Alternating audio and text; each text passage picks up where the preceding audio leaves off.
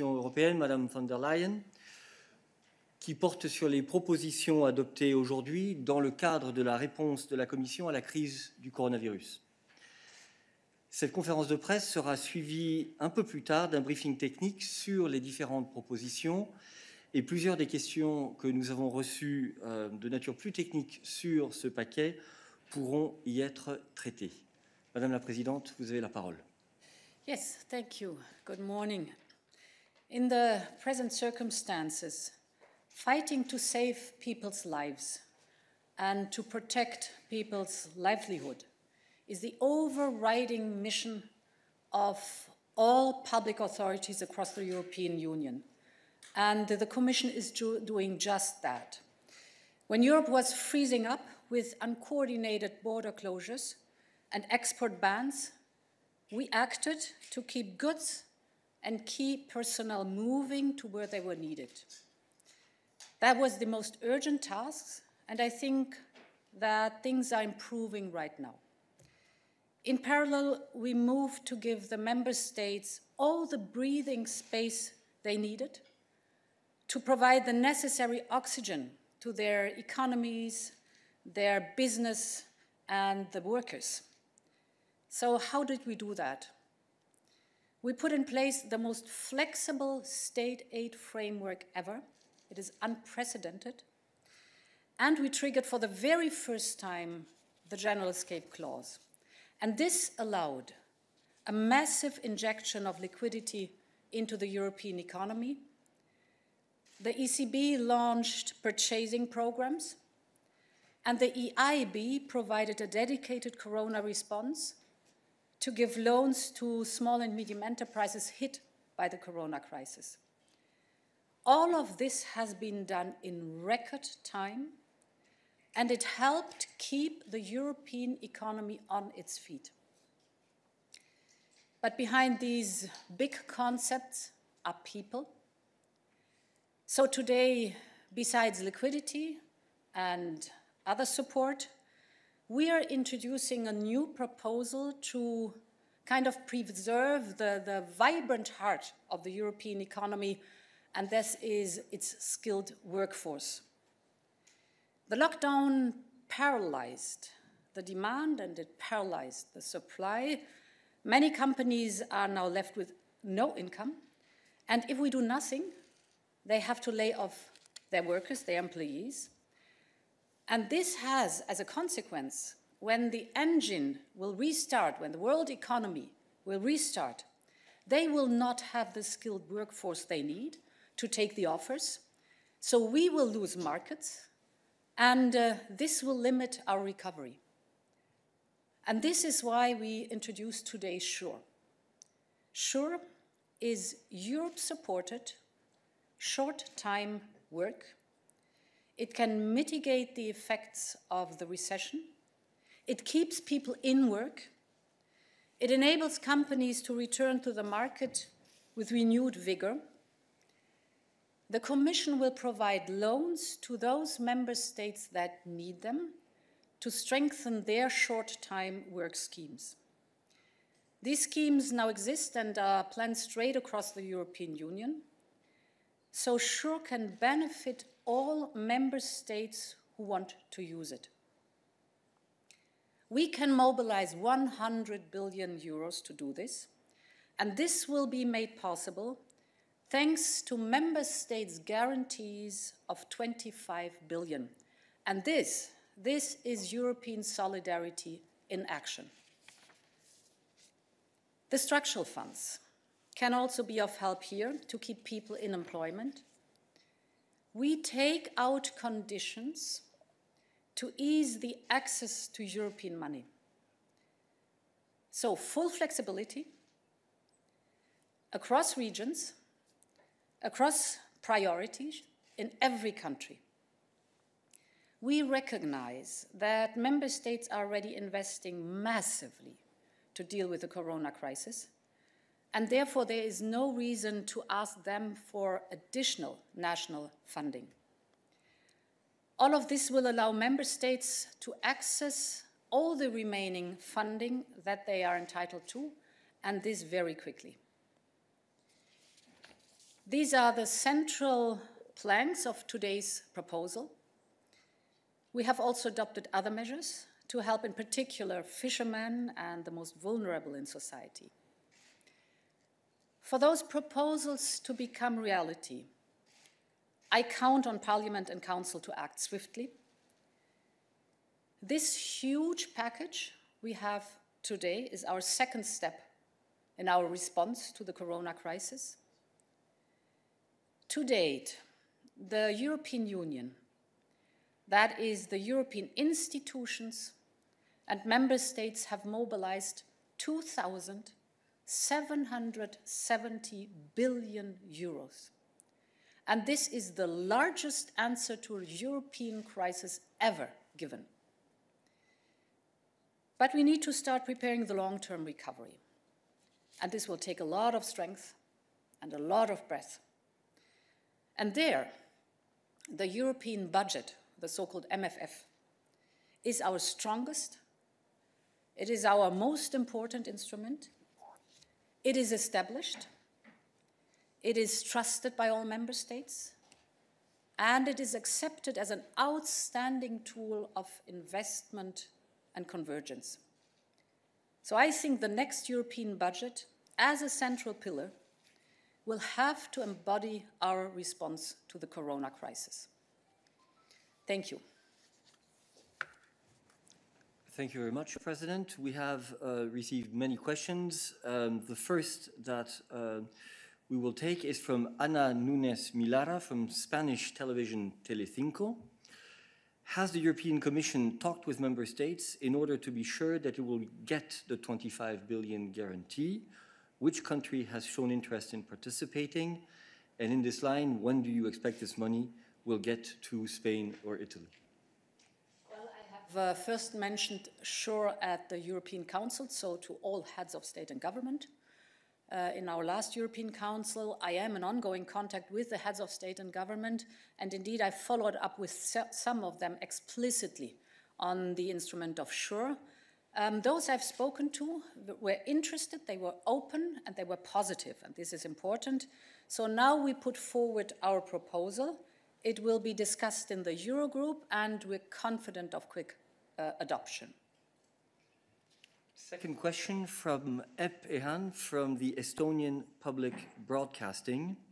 Is there enough political support for the plan among northern states who have been resisting the idea of corona bonds? And at the same time, would it be enough to help countries hit hardest like Italy and Spain? Well, the northern states were the first one to introduce these state-funded short-time work schemes. And they made very good experience with it, because the principle that when a crisis hits, and mostly a crisis like this one, that is an external shock, is a symmetric shock, and it hits healthy companies and strong business. When such a crisis hit, the most important part is to keep people in the companies. So therefore, the SURE scheme is the guaranteeing pillar. Because when you keep them in the companies, the knowledge stays in the business and in the company. And then the moment the world economy picks up again, those companies can take the order and recover quickly. So the northern states made very good experience with that, and it helped them to recover stronger from the last crisis we did have. SURE is our proposal. It's therefore an excellent instrument, I think, what I just explained, to help people, to help business, and to also help stabilize consumption and social security, because when people have an income from their work, they are able to pay into the social security system, and of course they're able to consume. So it is a good instrument, and on top, the way it is financed, it is tangible European solidarity. Will it be enough? We are talking about 100 billion euros of loans. And it is an enormous amount of money. And this comes on top of all I mentioned before. So this is a massive support of the European Union that is laid forward here. All right. We now have a question from Augustin Palokaj from Journalist Croatia. are EU member states who are not members of the Eurozone going to have the same access to assistance from different initiatives from the Commission, the ECB, and others to deal with the consequences of the coronavirus? We see many debates mentioning always the Eurozone, so it would be good to know if non-Euro member states are in a different position or not. SURE is for all 27 member states, so every member state has access to SURE. We now move to a question from Jim Brunson from the Financial Times. To what extent should the next MFF be retooled and leveraged into an instrument to finance the economic recovery from the pandemic? How far will the Commission go in redesigning it? Well, first of all, we all know that we need, in this crisis, quick answers. And we cannot take 1 or 2 or 3 years to invent new tools. The MFF is the strongest tool we do have. It is trusted. Everyone knows it, so it's very transparent. It's a powerful tool.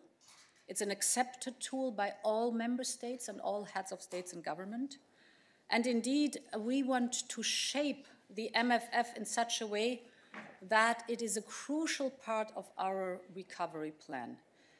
I think the MFF needs to be, or the next European budget needs to be a very strong investment signal.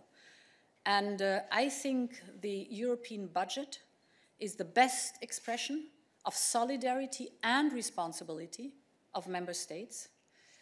It has to mirror that our interests and our investments are strategic, and they're strategic for the future. So because the priorities will not change, the priorities will be digitalization, decarbonization, and resilience for the European Union. And here the MFF, the budget, plays a big role.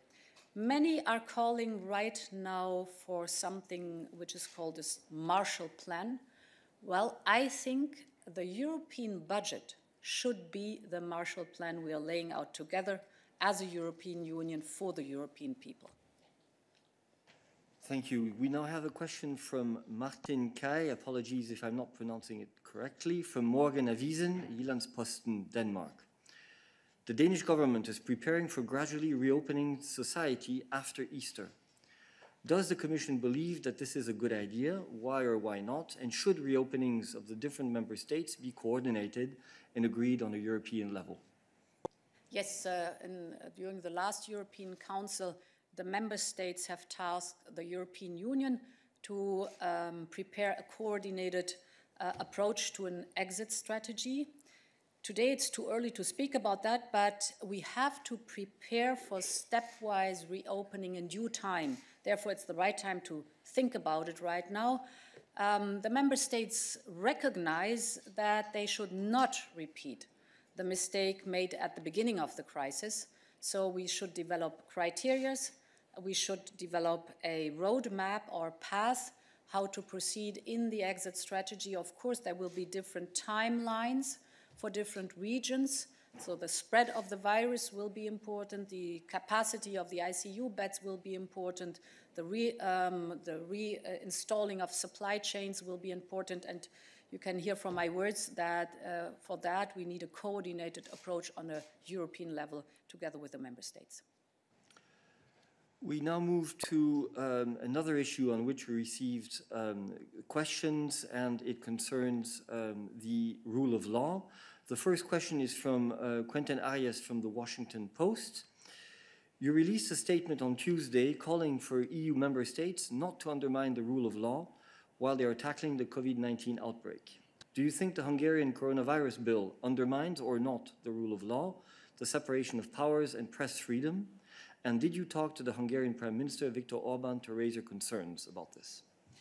Well, on contact with the Hungarian authorities, Vice President Vera Jourova discussed these issues last week with her counterpart, the Hungarian Minister of Justice.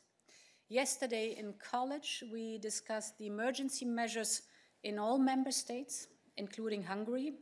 And I understand that member states may need to take emergency measures to address the immediate health crisis. But I am concerned that certain measures go too far. and I'm particularly concerned with the situation in Hungary. We will take action as necessary, as we have already done in the past. Emergency measures in the corona crisis may be necessary. I acknowledge that. Governments need to have tools to act swiftly to protect public health, and many member states are putting them in place right now. So therefore, we are monitoring the whole and mapping the whole situation. But these emergency measures have to be limited to what is necessary. They have to be strictly proportionate because they have to be adequate in this situation. They should not last indefinitely. And very important, they should be subject to regular scrutiny. Thank you. Last question, Jean-Pierre Strobans, Le Monde. La Cour de justice a indiqué ce matin qu'en refusant de se conformer au mécanisme temporaire de relocalisation des demandeurs de protection internationale, la Pologne, la Hongrie et la République tchèque ont manqué à leurs obligations découlant du droit de l'Union.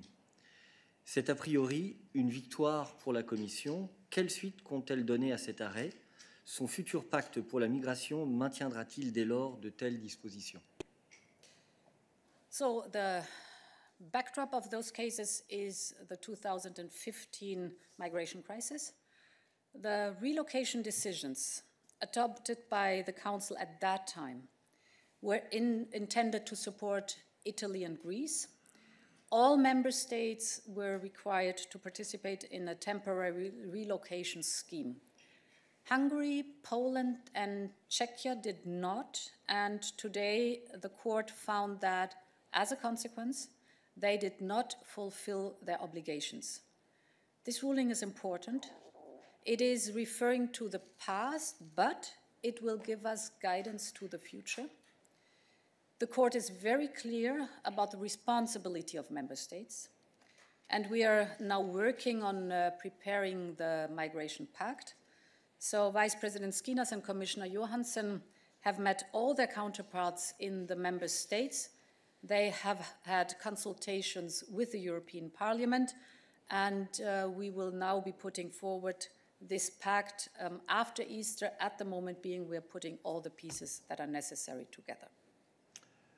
Ok, merci beaucoup, Madame la Présidente. Merci à vous d'avoir participé à cette conférence de presse qui, comme je le rappelle, sera suivie par un briefing technique sur les différents éléments de la proposition d'aujourd'hui.